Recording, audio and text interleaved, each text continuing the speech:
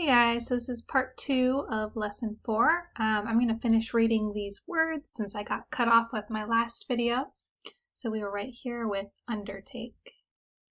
So remember we circled the prefixes and we broke up the words, and now we're reading them. So predict, pertain, reconstruct, accuse, confirm, misconduct,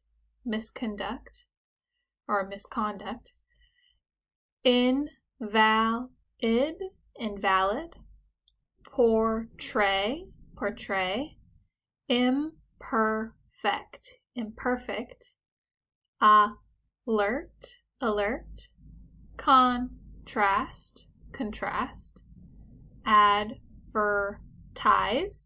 advertise. Great. So now let's focus on lessons I through K, I think. And we're going to start with meanings of prefixes and suffixes. We're going to be talking about the meanings of 3 new prefixes. We are going to look at un, in, and im. All of them mean not or opposite of.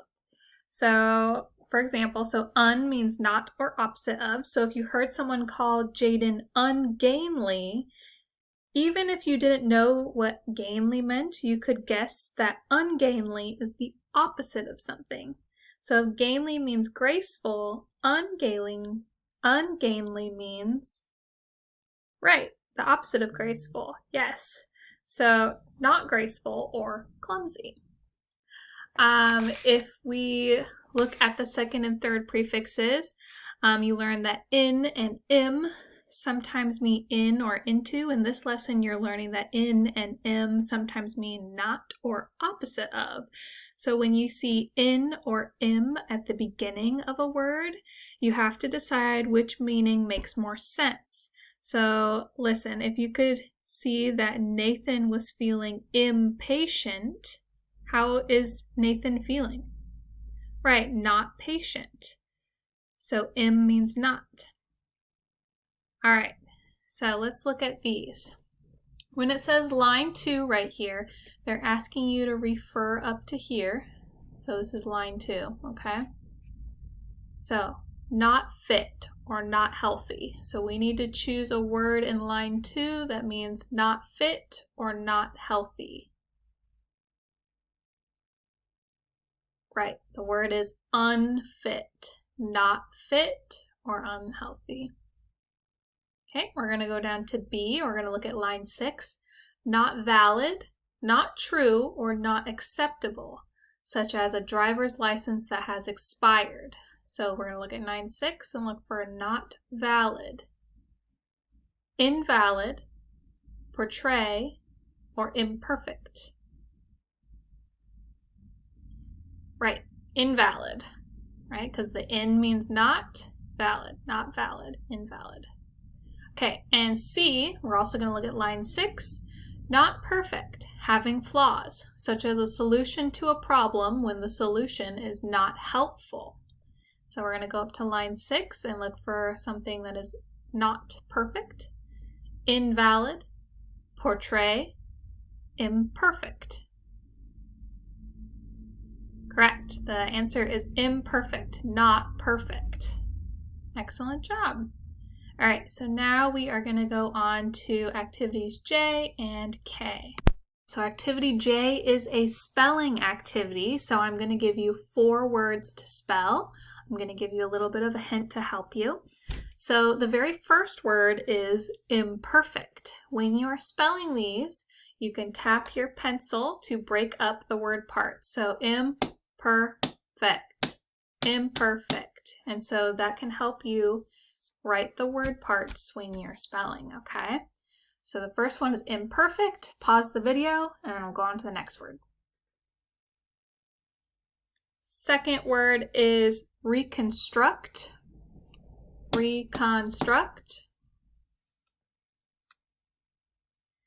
Third word is unafraid. unafraid. And the last word is predict. Predict. Okay, pause the video and fill those out, and then I will let you know the answers. Here's how you spell these words. Sorry about the handwriting. It is a little bit difficult to write on the computer like this, but we have imperfect, imperfect, reconstruct, reconstruct, unafraid, unafraid, and predict, predict. Okay, so that's how you spell those. Okay, let's go on to activity K here, called academic vocabulary. All right, so we are going to learn the meanings of 4 new words. We are going to learn the meaning of persist, record, predict, and contrast. Okay, so let's focus on the first one. So if you persist in doing something, you continue to do it even though it is difficult or other people are against it. Okay, so for example, when you keep trying again and again to read a long word, you persist, right? When you keep practicing and practicing a song on the piano, you persist. Exactly. Awesome. So let's go ahead and go to the next one. Record. If you record a piece of information or an event, you write it down, photograph it, or put it into a computer so that you or others can refer to it in the future.